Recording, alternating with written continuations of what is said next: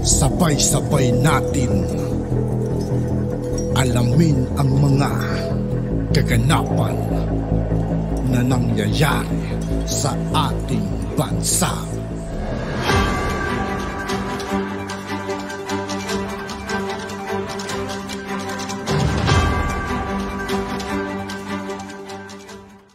Yo, what's up mga kaibigan? This is I2K po again. Ngayon nandito ulit tayo sa channel ni News PH. Dito naman ulit tayo magbibigay ng komento at reaksyon. Kaya samahan nyo ako guys. Let's go!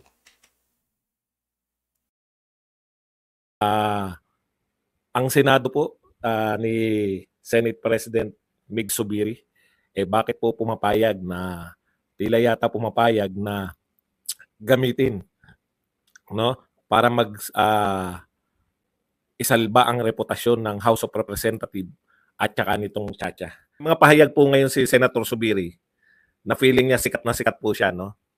Una po, ilang bahagi lang po to, hindi po natin didiscuss yung kanyang mga sinabi lahat. Una, sinabi ni Zubiri, tutol rin sa charter changes sa pamamagitan ng People's Initiative si Pangulong Marcos, no? Kaya pareho daw sila. Sabi nga ni Zubiri pa, eto pa sabi ni Zubiri, dati raw si Pangulong Marcos na senador. Papayag ba siya na maitsepwera yung mga senador? Ganda ng logic nga naman, di ba? Kaya nung nakausap siya, inaatasan ng Senado. Ganun ang termino niya. Inaatasan ng Senado na manguna. Manguna Senado sa mga economic provision na gagawin na charter change. Yan. Ito pa ang matinding pahayag ni Zubiri, no?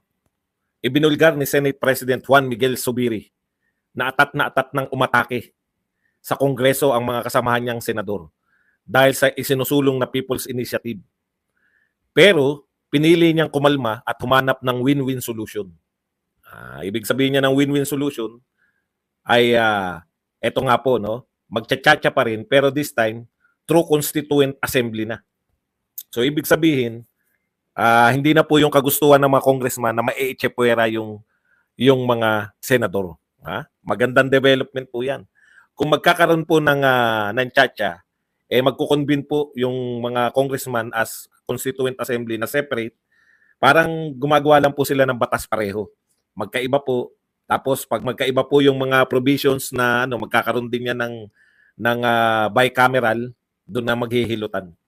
Okay, sabi nga ni Zubiri, ito po ay ang win-win solution, no? Magtsatsa pa rin tayo dahil yun ang gusto ng Pangulo ng Pilipinas, magtsatsa na pang economic provision lang po yung babaguhin, no? Magtsatsa kasama ng Senado, hindi na po itsepwera, mangunguna pa nga yung Senado ayon kay Zubiri, sabi ni Pangulong Marcos, at economic lang, win-win solution. Ayan ang inaakala ni Zubiri. Pero ito po ang katotohanan, no? Alam po ninyo, Ginoong Zubiri, Senate President Zubiri, Senator Zubiri, mawalang galang na po sa mukhang sikat na sikat kayo ngayon, no? Mukhang yan ang gusto nyo ba? Yung sumikat ng ganyan na kayo naman yung maging sentro? Hindi nyo ba naisip? Bakit kaya kayo pinatawag? Bakit kaya kayo biglang pinag-usap ni Martin? Natatandaan ko lang po, no? Natatandaan ko lang. Noong pong Desyembre, nagsabi si Speaker Martin. Ang sabi ni Speaker Martin, isusulong namin sa House of Representatives ang tsatsa. Hindi ko alam kung si Speaker Martin din to, pero tinitiyak ko na isa sa mga congressman na nagsabi na pinag-aaralan nila na magkaroon ng tsatsa na hindi kasama yung Senado. Kasi pagkasama ng Senado, laging hindi natutuloy yung pag-amyenda ng konstitusyon. Binulaga tayo ngayon ng Enero, no? Nung binulgar nito ni Congressman Lagman, yung bayaran sa kanyang probinsya, no? Diyan po sa may Albay. May mga mayor, may 3 siyang mayor na hawak na magpapatunay na may kampanya po ng People's Initiative. Pero ang nangangampanya, ito po ay para pinangungunahan ng mga congressman. Ito ay nagpahayag din po si Congressman Pulong sa Davao, nangunguna po si Mig Zubiri Migs Nograles ng PBA Party List. Sinigundahan po yan ni Congressman Ungab ng Davao pa rin. Tapos si Senator Amy, pinakita pa nila na meron talagang form, no? At meron siyang akusasyon na 20 million per congressional district ang nakatokang bayaran, Quezon City. Meron din pong mga video ang TV5, News 5 na nagsasabi na sila ay pinangakuan ng ayuda kaya sila pumirma. Yung isa nga gusto pang bawiin dahil hindi niya raw alam na yun pala ay tiyatya, no? Okay. Ang bilis po ng pangyayari. Akinsi ngayon. Hindi, pati po yung mga dati nilang kakampi. Ito pong kakamping, Dilawan, mga kaparian, nag-react na po, no? Siyempre, si Sheldok, no, nagpaliwanag na mali. Mali yung ginawa nilang People's Initiative, no? Lalo na yung mga bayaran, etc. Pumapalag po ang buong sambayanan. Kasama po ang kanilang ate, no? Kamag-anak Incorporated, yung ate, pumalag. Si Ate Amy. Pinalagantong pinsan, no? Talagang lahat po halos ng sektor, ang natira na lang po yung mga tambi vloggers at saka yung mga supporter na solid Marcos, no, dito pagsuporta rito sa tiyatya ni na may People's Initiative. Yan sila Mike Abe, si Jam Magno ang nangunguna, si Abe at saka si Magno ang nanguna para ipagtanggol yan. Yang People's Initiative. Pero alam po ng lahat na maling-mali. Maling-mali na magkabayaran para lang sa tiyatya. Okay. Ngayon, biglang itsipwera po ang Senado. Wala tayong naririnig kay Mig Zubiri, wala tayong naririnig sa mga congressman na isasama nila yung Senado. At yan po mismo, yun po mismo ay galing po sa mga congressman na parang People's Initiative, iitsipwera nila sa botohan o isasama nila yung magbobotohan na as one, no? Yung hindi po separately. Joint po ang botohan. So kung isang senador, katumbas lang siya ng isang congressman. 300 yung congressman.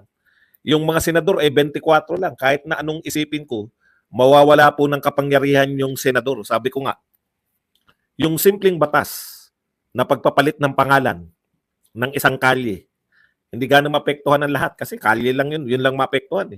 Dating Siling Labuyo Road, ginawang Alfredo Aratilis Senior Road.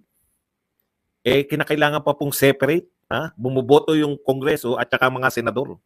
Pero dito, babaguhin mo yung saligang batas. Sama-sama sila. Yan po yung laman ng pinapipirmahan. Ang naglantad po niyan si Amy Marcos mismo. Okay, matapos po to lahat, napapahiya na po ang pamahalaan dahil hindi po makakapaghugas kamay to si Pangulong Marcos. May pronouncement po siya na magsusulong ng tiyatya. At ito lang po yung nakikitang isinusulong na tiyatya. Hindi po kumikibo si Mig Zubiri hanggang sa ngayong araw na to. Dami po nangyari. Sa madaling salita, no? Pakinggan nyo lang po muna ako. Sa madaling salita, mga kapatid, eto na si Mig Zubiri. Biglang siya na ngayon nang nag-announce na eto maganda ang tiyatya kasi separately boboto na sila. Bakit po? To save face, di ba? Nakita na po, maanomalya to, nagpapatawag na yung mga makabayan black, gusto na nila imbestigahan. Nagpapatawag to si Risa Ontiveros na muling nabuhay na maguli. Napapatawag, nagsabi na po to meron na po resolusyon si Amy Marcos na iimbestigahan itong People's Initiative kuno, no? To save face. Yung Kongreso para isalba yung House of Representatives sa pamumuno ni Martin. Ito po ang device. Alam niyo po, kala niyo lang yung Pangulo ng Pilipinas, sunod-sunuran, no? Baliktad po. Ako, iba nakikita ko na ngayon. Mentras na nakikilala ko sila. Nakikilala ko po yung laro ngayon. Nakikita natin. Tignan po ninyo. Saving face, hindi lang po saving face to. Yari po sila. Lahat po ng tao nagde-demand. Aba, hindi po kami papayag. Hindi po pumapayag ang kulto ni Digong na basta na lang, ang mangyayari po, eto na lang isulong natin. Kakalimutan na. Paano po yung mga binigay na pera? Paano po yung akusasyon ni Amy? Akusasyon, senador po yung nag-aakusa na may 20 million nakatoka sa mga congressman. Bribery po yan. Hindi po tayo papayag. Hindi, sinisave nila, baka akala nila nakakalimot yung tao. Kinakailangan, ituloy niyo yung mga investigasyon, Senator Amy. Aba, managot ang dapat managot. Hindi po pwedeng pera ng taong bayan yung pinamigay. Pera ng taong bayan yung pinapangakong ipamimigay para pumirma. Hindi po pwedeng, kasi ang pronouncement, tinanong si Martin. Ano sinabi ni Martin? Ah, kayo po ba'y pabor sa ginagawa ng ng Senado na pagsusulong nila ng tiyatya ngayon? Sila yung mamumuno. Ayan yung napag-usapan namin nila President Marcos. Aba, hindi po pwede yun na iiwan nyo na lang yung, ay, nabisto tayo. Nabisto yung ginawa natin, iwan na lang natin yan, suportahan na lang natin to si Subiri. May naganap po na bribery, may naganap po na tawag nga ni si Jam Magno mismo. Si Jam Magno mismo at saka tong si ang gawin nating witness. Sila nagsabi na nangunguna yung mga congressman, si Mike Abe. Pinangungunahan, kinatwiran niya pa yung banat ni Sabi niya pa kay Pulong, hindi ba alam ni Pulong na yung party list parang senador yan na pwede kahit saan?